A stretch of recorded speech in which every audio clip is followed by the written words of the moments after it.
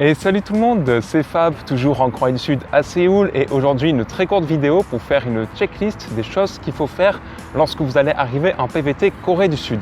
Alors sachez que les points que je vais aborder dans cette vidéo, je les ai déjà abordés plus en détail sur plusieurs vidéos en fait, donc j'ai déjà des vidéos dédiées à chaque point que je vais aborder dans cette vidéo. J'espère que vous m'avez bien compris, mais en tout cas, tous les liens des vidéos sont dans la description, donc je vous invite à aller les voir s'il y a un point en particulier qui vous intéresse d'approfondir le sujet. Donc déjà, lorsque vous allez arriver, il faut tout de suite penser à obtenir l'Alien Card très rapidement, parce que sans Alien Card, déjà c'est très difficile de trouver un logement sur la durée, de trouver un travail, voire de s'occuper de choses administratives telles que le téléphone et le compte en banque.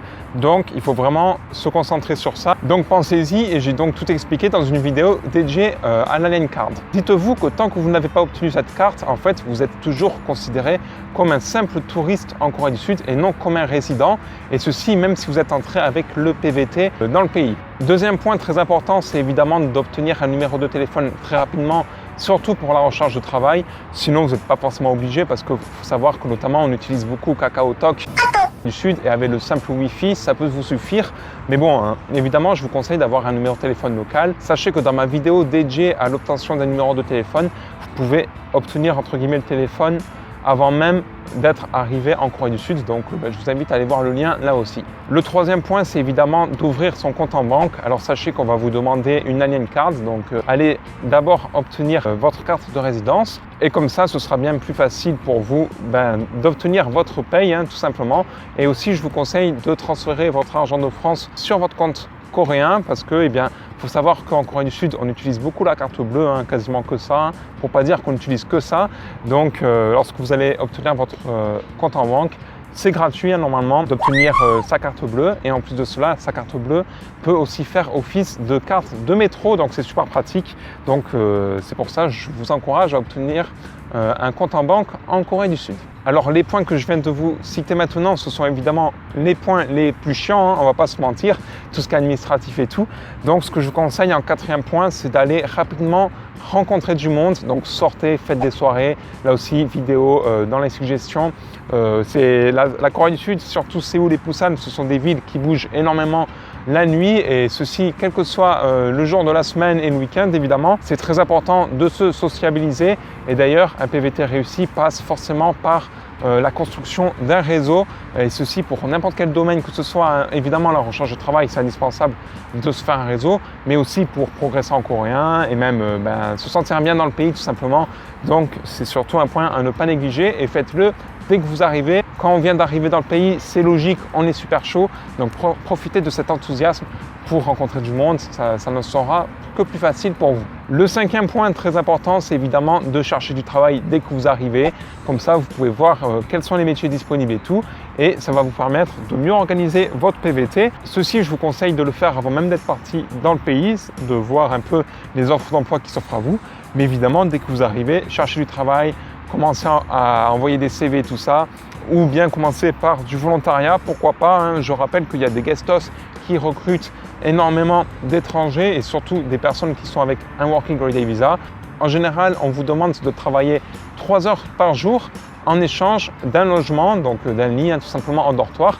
Donc ça peut être intéressant pour économiser de l'argent, et aussi pour se faire une expérience professionnelle en Corée du Sud le plus rapidement possible. C'est quand même assez facile d'obtenir du boulot là-dedans, mais évidemment les meilleurs guestos et les meilleurs plans ont beaucoup de demandes, donc c'est pour ça que je vous conseille de demander le plus rapidement possible. Ça va vous démarquer si on voit qu'à peine vous arrivez, vous cherchez du travail. Ça fait bien plus sérieux que quelqu'un qui est là depuis 8 mois et qui contacte la guestos juste parce qu'il en manque d'argent.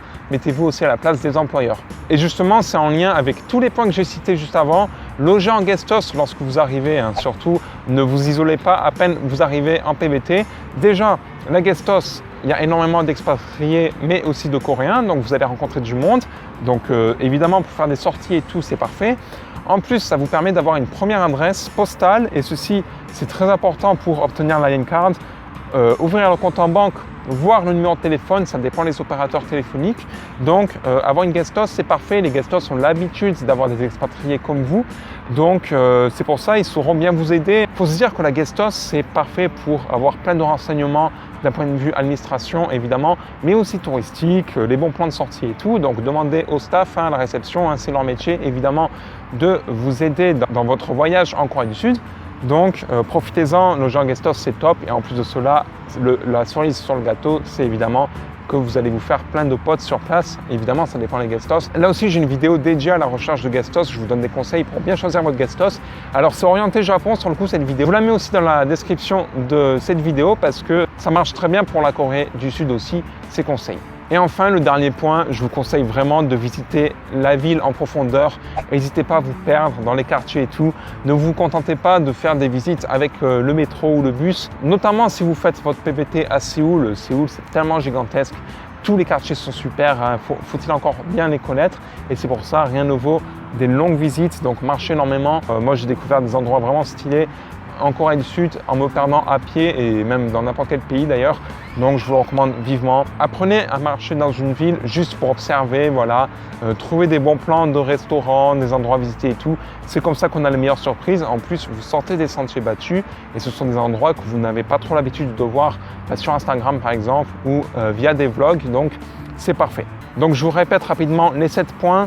Donc obtenir la ligne card, obtenir un numéro de téléphone, obtenir un compte en banque, loger en guest house, sortir, donc se faire un réseau rapidement, chercher du travail et enfin visiter la ville de fond en comble. Et croyez-moi, si vous faites ces 7 étapes à peine vous arrivez en Corée du Sud, donc dès votre première semaine, allez voir les 2 premières semaines pour ceux qui veulent un peu plus prendre leur temps.